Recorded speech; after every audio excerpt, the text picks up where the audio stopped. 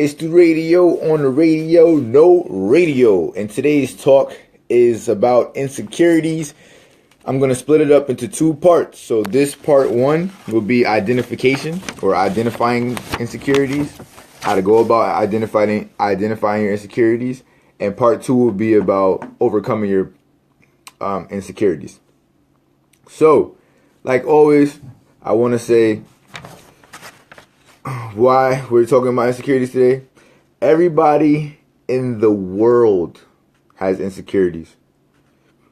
You don't think you do? Okay, let me give you the definition. Insecurity is defined as an uncertain anxiety about oneself, lack of confidence.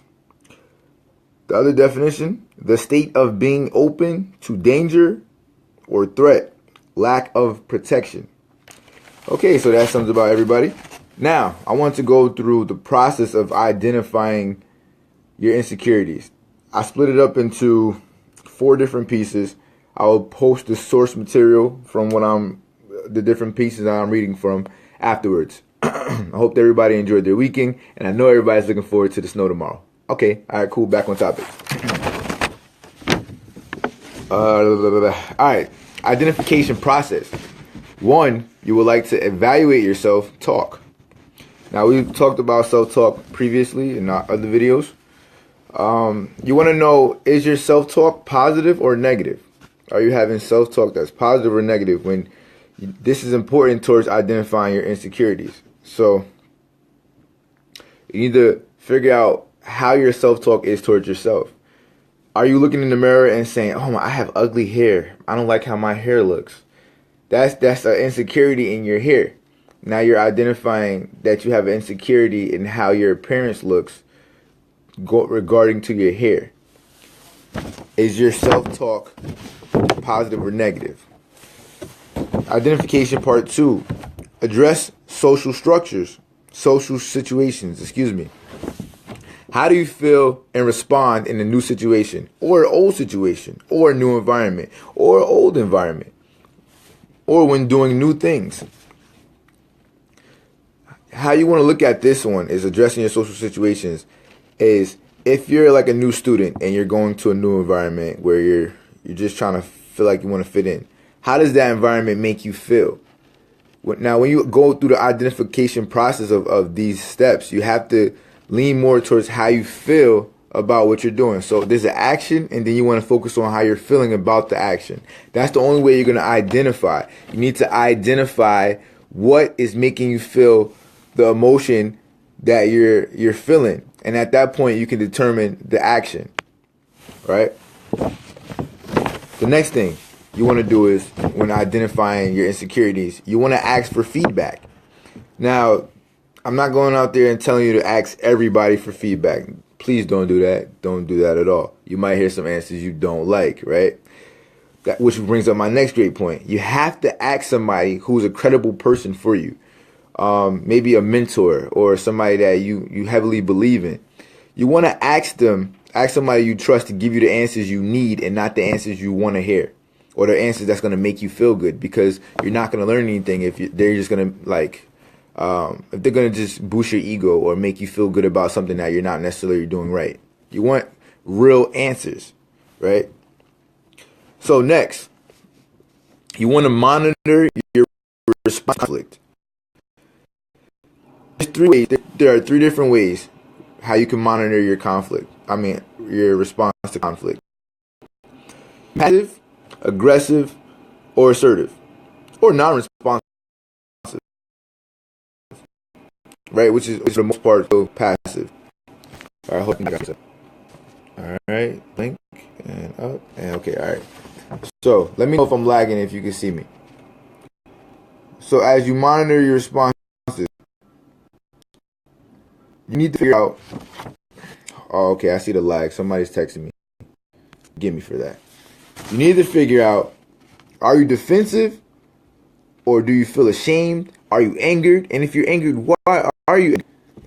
Now, the example I want to give you for this one is that, let's say you're in school and roast each other. Usually in roast situations, people talk about things that are not to your liking. So your friends are making fun of you, basically. Your friends are making fun of you. You're having fun, right? But they might say, like, let's say your weakness is reading.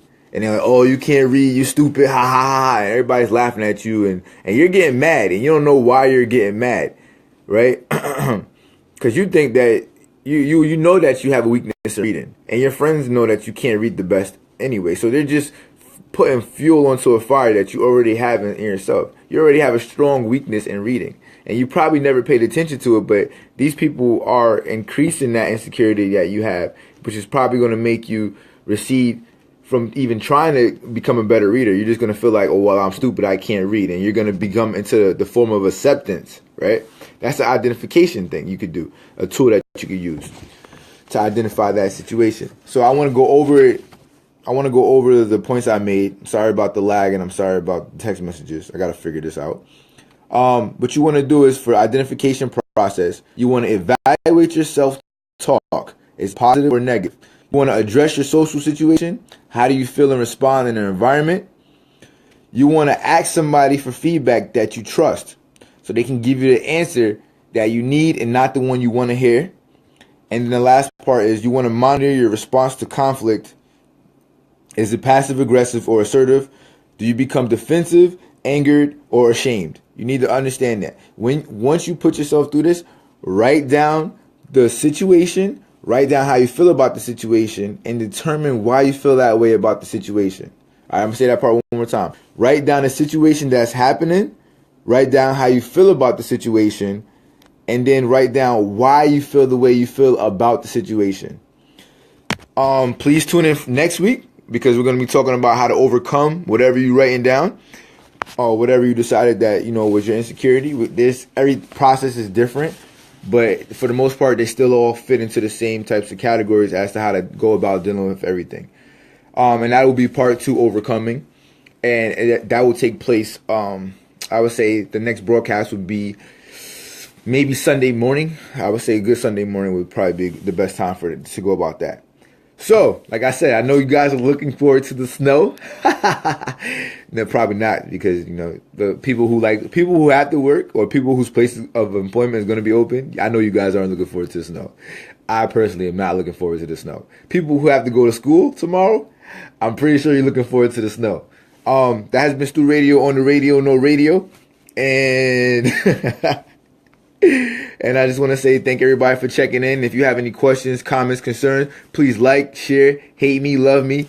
Hey, how you doing, Anthony? I see you in there, dropping in real quick. Let me know how you feel. If you have anything for the topic that you want to add onto, or you want me to talk about aside or inside insecurities for next week, please let me know.